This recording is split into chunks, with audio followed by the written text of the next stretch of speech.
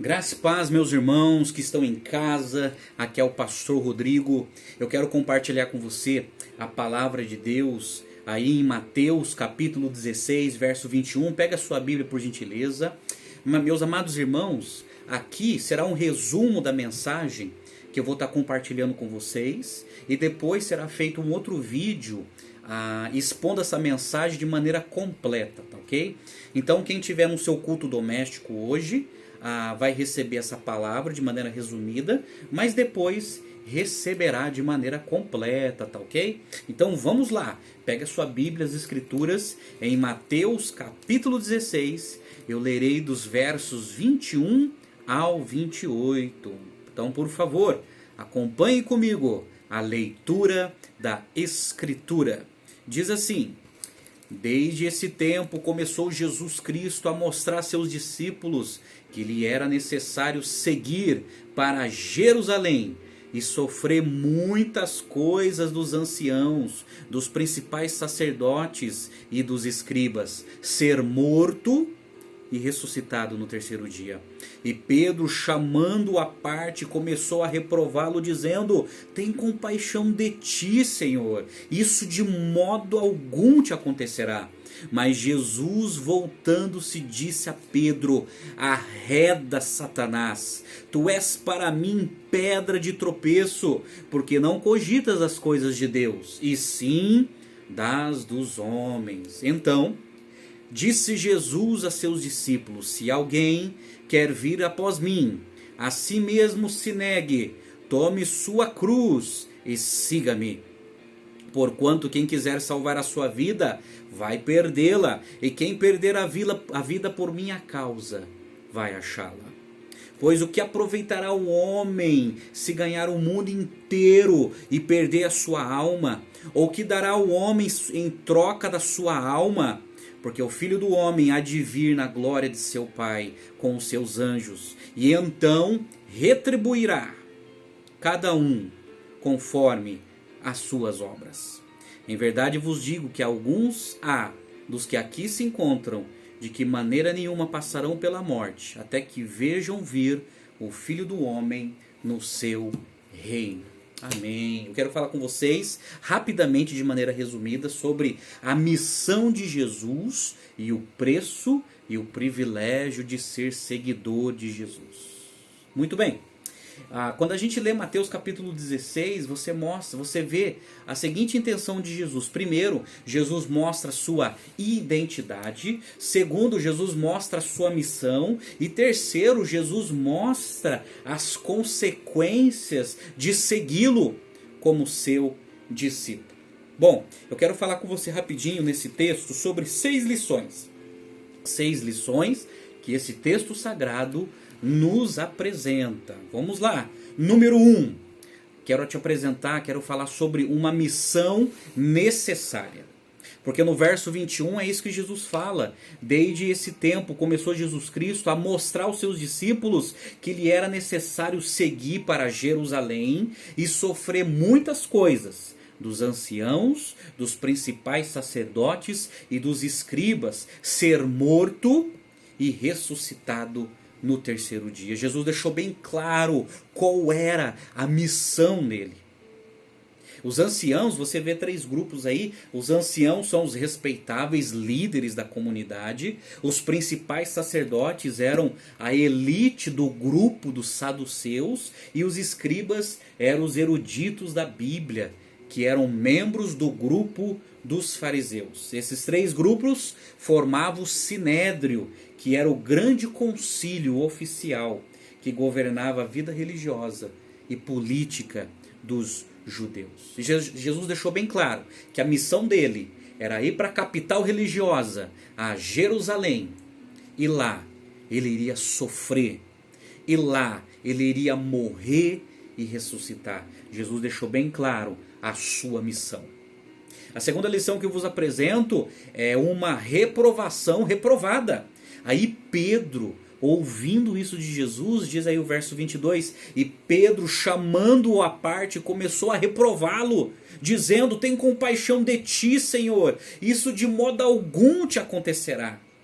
Verso 23, mas Jesus voltando-se disse a Pedro, arreda Satanás, tu és para mim pedra de tropeço, porque cogitas as coisas de Deus. Porque cogita das coisas de Deus. A questão é o seguinte aqui, porque cogitas das coisas dos homens e não na de Deus. Exatamente. O comentarista Tasker, ele nos ajuda a entender isso aqui. Ele diz que a explosão de Pedro reprovando Jesus foi bem intencionada, mas revelou tão completa incompreensão da vocação de Jesus que, se ele lhe desse ouvidos, estaria fazendo precisamente o que o diabo tentara fazer no deserto. O diabo a todo momento tentou afastar Jesus da cruz do Calvário. Na perspectiva de Pedro, o ser Messias e o sofrimento eram duas realidades irreconciliáveis. Porém, a religião humanista que subtrai a cruz é de inspiração satânica. A todo momento, Satanás tentou afastar Jesus da sua grande missão de ir para a cruz. E aqui ele dá uma bronca, ele reprova a reprovação de Pedro. É exatamente. O comentarista Robertson, ele nos ajuda a entender isso quando ele diz assim que os instrumentos de tentação mais temíveis do que amigos bem intencionados que se importam mais com o nosso bem-estar do que com o nosso caráter. Em Pedro, Satanás, que for expulso, voltara mais uma vez. A grande questão foi o seguinte: quando Jesus falou arreda Satanás, ele não estava pedindo para Pedro ir embora. Pedro era apóstolo e Jesus estava investindo na sua vida. E outra, Pedro não é o próprio Satanás e não estava possesso de Satanás, de maneira nenhuma. Mas Jesus, ao ouvir as palavras de Pedro, se recordou da proposta do diabo lá no deserto, que era de se afastar da vontade de Deus, da missão de Deus, e se afastar da cruz. Exatamente. E Jesus repreende Pedro, dizendo que ele cogitava das coisas dos homens, mas não de Deus. Isso é, que ele não entendia os planos de Deus. Em terceiro lugar, a terceira lição, um preço a ser considerado. Pois no verso 24 Jesus diz assim: então disse aos seus discípulos, se alguém quer vir após mim, a si mesmo se negue, tome a sua cruz e siga-me. Alguns aspectos que Jesus está ensinando aqui sobre o ser discípulo de Jesus, sobre o discipulado de Cristo. E aqui eu destaquei alguns pontos muito importantes. Por exemplo, o discipulado é um convite pessoal. Por isso que Jesus fala, se alguém quer, é um convite pessoal para cada pessoa. O segundo ponto, o discipulado é um convite para uma relação pessoal com Jesus. Ele diz assim, se alguém quer vir após mim, é um convite para ter um relacionamento com Jesus. Terceiro, o discipulado é um convite para uma renúncia radical. Por isso que Jesus fala assim, a si mesmo se negue. Verdade? A si mesmo se negue. Queres seguir a Jesus? Se negue. Renuncie aquilo que você gosta. Em quarto lugar, o discipulado é um convite para morrer. Por isso que Jesus fala, tome a sua cruz. E em quinto lugar, o discipulado é um convite para uma caminhada dinâmica com Jesus. Por isso que Jesus fala, siga-me. É viver com Jesus. É caminhar com Jesus. É fazer a vontade de Jesus. Em quarto lugar, a quarta lição que eu destaco desse texto sagrado, um paradoxo a ser compreendido, pois no verso 25 Jesus diz assim, porquanto quem quiser salvar a sua vida, irá perdê-la, mas quem perder a vida por minha causa, irá achá-la. Certamente o discipulado implica o maior paradoxo da existência humana. Os valores de um discípulo estão invertidos. Ganhar é perder e perder é ganhar. Jesus está dizendo, a vida só tem sentido quando vocês andarem comigo. E uma vida sem Cristo é uma vida sem sentido. É literalmente perder a vida, perder tempo. Em quinto lugar, a quinta lição desse texto sagrado, uma avaliação a ser observada. Aí no verso 26, Jesus faz duas perguntas retóricas. Pois o que aproveitará o homem se ganhar o mundo inteiro e perder a sua alma? Ou o que dará o homem em troca da sua alma? 3 fatos devem ser destacados aqui. O dinheiro não pode comprar a bem-aventurança eterna. O sucesso não pode comprar, a fama, o reconhecimento, seja o que for, nada pode comprar a bem-aventurança eterna. A salvação da alma vale mais do que qualquer coisa deste mundo. Por isso que Jesus fala, que adianta ganhar o mundo inteiro e perder a sua alma. Nada substitui o prazer de viver com Jesus. A perda da alma é uma perda irreparável. Por isso que Jesus pergunta de novo, o que dará o homem em troca da sua alma? A resposta é nada. Nada pode substituir a nossa alma satisfeita em Deus. Nada. Em sexto lugar, a sexta lição que esse texto sagrado nos apresenta é uma recompensa a ser considerada. Pois no verso 27 o nosso Senhor diz assim, porque o Filho do Homem há de vir na glória de seu Pai com seus anjos, e então retribuirá a cada um conforme as suas obras. Em verdade vos digo que alguns há dos que aqui se encontram, de que maneira nenhuma passarão pela morte, até que vejam vir o Filho do Homem no seu reino. No verso 27, Jesus fala da sua segunda vinda, que Jesus voltará.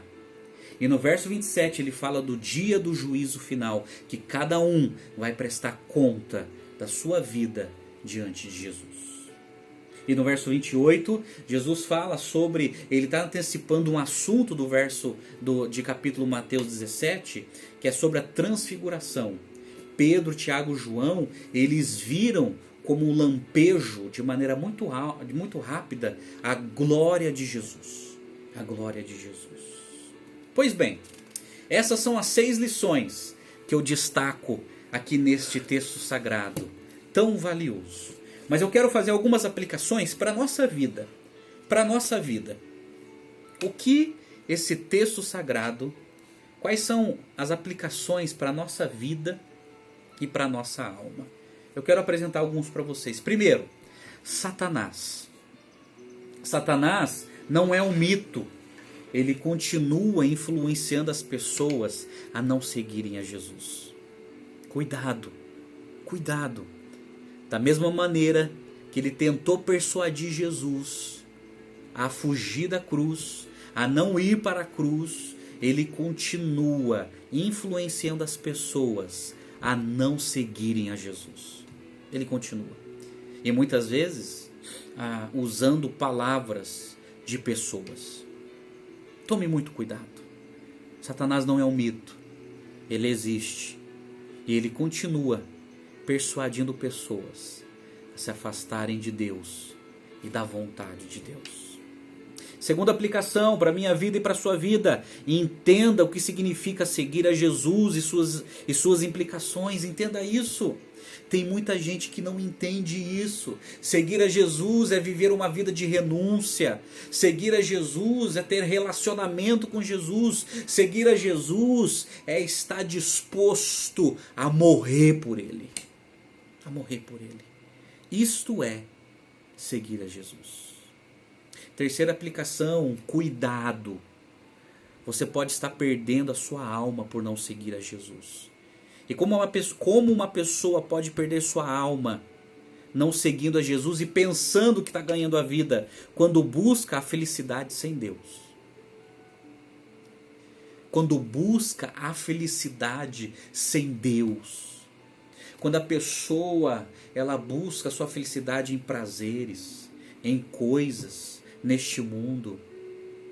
e até mesmo prazeres legítimos que fazem parte da vida humana. Mas quando a vida de uma pessoa se reduz a isso, ela está perdendo a sua alma e pensando que está ganhando, mas está perdendo. Quando uma pessoa perde a vida pensando que está ganhando, quando busca salvação fora de Cristo. Quando busca salvação fora de Cristo, cuidado, você que está me assistindo, a salvação está exclusivamente em Jesus. Em Jesus, somente nele, somente nele. Por isso que o apóstolo Pedro, em Atos 4,12, ele está pregando para a multidão, ele diz assim: e em nenhum outro há salvação, e não há nenhum outro nome dado pelos homens, pelo qual devamos ser salvos. Não há salvação fora de Cristo. Isso é perder a alma, perder a vida, e muitos pensam que estão ganhando. Em quarto e último lugar, Jesus veio ao mundo para morrer e para ressuscitar, para nos salvar. Entenda isso. Ele veio. A morte de Jesus não foi um acidente, não foi um martírio. A morte de Jesus foi uma agenda de Deus que foi estabelecida na eternidade e que foi concretizada na nossa história. E ele morreu e ressuscitou para nos salvar, para nos reconciliar com Deus. Entenda isso. Por isso que Jesus falou: olha, é necessário que eu vá para Jerusalém e que eu morra, mas ao terceiro dia serei ressuscitado. Jesus morreu na cruz para levar os meus pecados e os seus pecados, para que venhamos, para que pudéssemos ser perdoados e justificados e assim reconciliados com Deus, porque estávamos separados de Deus por causa dos nossos pecados. E ele morreu na cruz como nosso cordeiro, o cordeiro sem mácula e sem defeito, o cordeiro de Deus. Ele morreu na cruz como nosso substituto para nos remir e perdoar os nossos pecados. E ele ressuscitou para demonstrar o seu poder. Ele ressuscitou mostrando que ele tem poder sobre a morte, poder sobre o pecado. E um dia nós também, segundo a sua ordem, ressuscitaremos. É por isso que ele teve que morrer. Por isso que ele teve que sofrer, morrer e ressuscitar. Você entendeu? Essa é a missão de Jesus. E o preço e o privilégio de ser discípulo de Jesus. Você entendeu? Eu quero orar pela sua vida nesse momento. Esse vídeo está sendo preparado para aqueles que ficarão em casa por causa do decreto. Mas eu quero orar pela sua vida nesse momento. Pela sua vida. Vamos orar? Senhor Deus, meu Pai, muito obrigado pela tua palavra. É muito bom entender o motivo porque Jesus veio ao mundo. Chegamos à conclusão que ele veio ao mundo para morrer e ressuscitar para nos salvar. Ó Deus, reconhecemos que perder a vida para Cristo é ganhar a vida. Ó Deus, nós colocamos a nossa vida em tuas mãos, em tuas mãos. Queremos viver para a tua glória, Senhor, para a tua glória. Perdoa os nossos pecados. Nós nos arrependemos e pela fé entregamos a nossa vida inteira a Jesus. Nós oramos agradecidos, em nome de Jesus. Amém e amém. Meus amados irmãos, que Deus abençoe. Depois passaremos a mensagem completa desse sermão. Que Deus abençoe. E até a próxima, se Deus quiser.